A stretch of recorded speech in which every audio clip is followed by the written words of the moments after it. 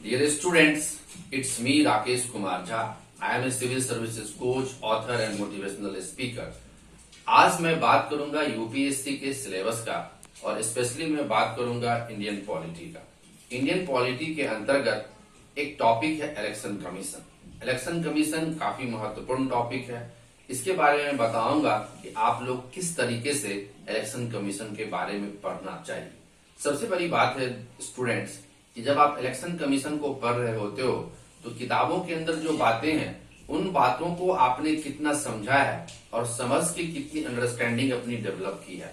अक्सर ये देखा जाता है जो फैक्चुअल चीजें हैं स्टूडेंट्स उनको याद कर लेते हैं और अपनी तैयारी पूरी मानते हैं।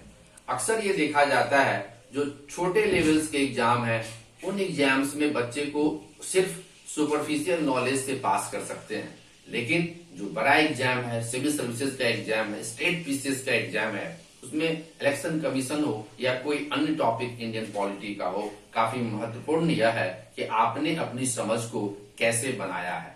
मेरा मानना है कि इलेक्शन कमीशन के जो भी फैक्चुअल पार्ट है उन पार्ट्स को आप पढ़ो कि इलेक्शन कमीशन संविधान के किस आर्टिकल में आता है, क्या वो सिर्फ 324 जानने से हमारा काम चलेगा, इलेक्शन कमीशन की नियुक्ति कौन करता है, इलेक्शन कमिश्नर ऑफ इंडिया जिसको हम सीईसी कहते हैं उसकी नियुक्ति कैसे होती है, उसकी प्रक्रिया क्या है, क्या उसकी आयु जो है 65 ईयर्स तक रिटायरमेंट है या उसको किस तरीके से इम्पीचमेंट किया जा सकता है, महाभियोग लगाया जा सकता है, उसकी सैलरी अलाउंसेस कहां से मिलती है। पहले जिस तरीके से 1951-52 में पहला चुनाव हुआ तो पहला जो व्यक्ति था वो था सुकुमार सेन। वो एक सिविल सर्वेंट थे। क्या हम सिर्फ उनके नाम जानेंगे कि सिर्फ 2 कार्यकाल तक थे, उसके बाद कौन कौन से बने हैं। आपको देखना होगा कि 1993 ईस्वी में जब टीएन शेषन जो स्वयं एक सीनियर आईएएस ऑफिसर थे वो बने थे और उन्होंने किस तरीके से रिफॉर्म्स लाया, किस तरीके से चीफ इलेक्शन कमिश्नर के साथ साथ और भी जो बाकी 2 इलेक्शन कमिश्नर हुए उस तरीके से उसकी एक बॉडी बनाई गई, संगठन बनाई गई, यानी 1+2 की रेशियो बनाई गई, त्रिस्तरीय इलेक्शन कमीशन ऑफ इंडिया बनाया गया।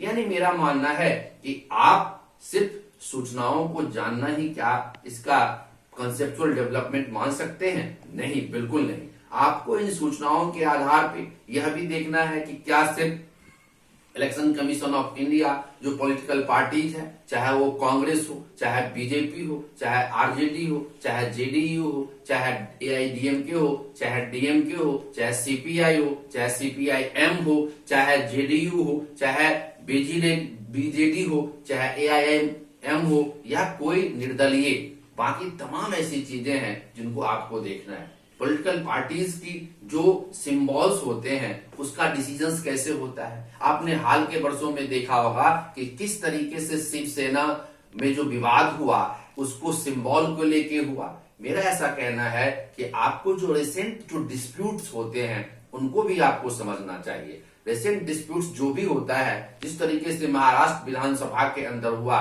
महाराष्ट्र की पॉलिटिकल पार्टी शिवसेना के लिए हुआ, उसको भी आपको कोट करना है, उसको भी आपको समझना है।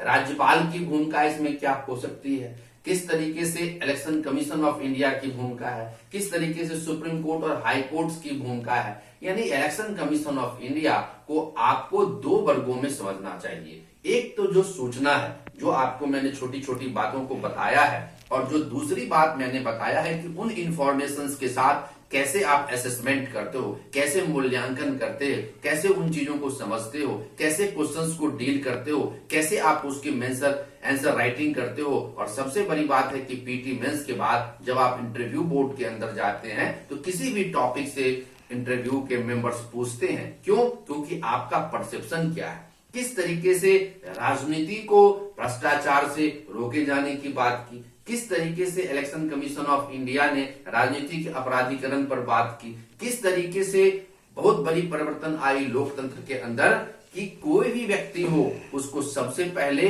क्या है कि उसको सिर्फ मत देने का ही अधिकार नहीं है, बल्कि एफिडेविट के माध्यम से सभी कैंडिडेट्स को अपने धन के बारे में बताना पड़ेगा, उसके ऊपर कितने कोर्ट केसेस चल रहे हैं उसके बारे में बताना पड़ेगा, उसको कहां कहां से संपत्ति मिली है, सारे डिटेल्स। यानी लोकतंत्र के अंदर जो एक तरीके से डेमोक्रेटिक पार्टिसिपेशन की बात होती है, उस पे भी इलेक्शन कमीशन ऑफ इंडिया बात करती है। इसका जो ऑब्जेक्टिव है वो है free and fair election conduct करना। किस तरीके से भारत देश के अंदर जो है फ्री एंड फेयर इलेक्शन हो, भारत का हर नागरिक, हर वर्ग का, हर समाज का, हर मजहब का, हर क्षेत्र का, पूरे भारत का जो नागरिक है वो अपना एक वोट एक मत देता है। जिस तरीके से पहले 21 साल आयु थी आजादी मिलने के साथ, सभी महिला पुरुषों को, सभी नौजवानों को अधिकार था जो 21 साल, लेकिन बाद में इसे घटाकर 18 साल कर दिया गया। यानी इसकी ऊपरी सीमा कोई निर्धारित नहीं है।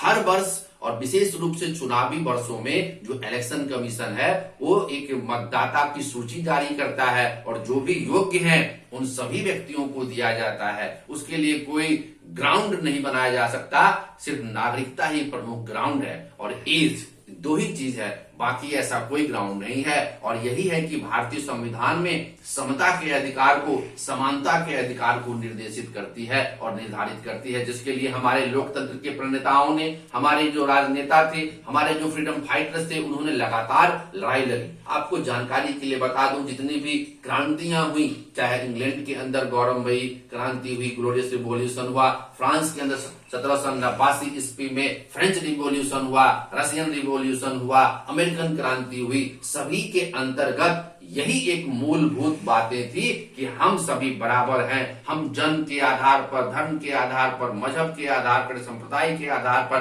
क्षेत्र के आधार पर, लिंग के आधार पर, ऊंचे नीचे के आधार पर हम विभेद नहीं करेंगे। और यही कारण है कि पूरे विश्व में एकता, बंधुत्व की और भाईचारा की बात कही गई। यानी कि इलेक्शन कमीशन ऑफ इंडिया तो इसीलिए इतना पावर दिया गया है। आपको देखना होगा कि किस तरीके से बोगस वोट पे प्रतिबंधित किया जाता है, किस तरीके से अब बुजुर्गों को इलेक्शन कमीशन ऑफ इंडिया ने कहा है कि उनको मतदान केंद्र पर आने की जरूरत नहीं है, उनको उनके घर तक भी व्यवस्था कर दी जाएगी। अर्थात इलेक्शन कमीशन ऑफ इंडिया जो स्लोगन्स देती है, युवाओं की में जो आकर्षण पैदा करती है, इलेक्शन कमीशन ऑफ इंडिया जो है तरह तरह के ब्रांड एम्बेसडर्स करते हैं जो समाज में प्रचलित हैं, चाहे स्पोर्ट्स से हो, चाहे म्यूजिक से हो, चाहे कहीं अन्य फील्ड से हो। इसका तात्पर्य है कि अधिक से अधिक लोकतंत्र के अंदर जब युवा भागीदारी लेंगे, जब तब लोकतंत्र सही में एक महापर्व के रूप में मनाया जा सकता है। और इसीलिए अक्सर देखा जाता है कि इलेक्शन कमीशन ऑफ इंडिया जो है तरह तरह के स्लोगन्स देते हैं, मीनिंगफुल स्लोगन्स। जैसे एक बहुत ही रोचक स्लोगन है, पहले मतदान फिर जलपान, यानी पहले मतदान फिर जलपान। अर्थात इस स्लोगन से तात्पर्य है कि आपको पहले इलेक्शन कमीशन ऑफ इंडिया कहती है, रिक्वेस्ट करती है कि आप सबसे पहले वहां पे अपना वोट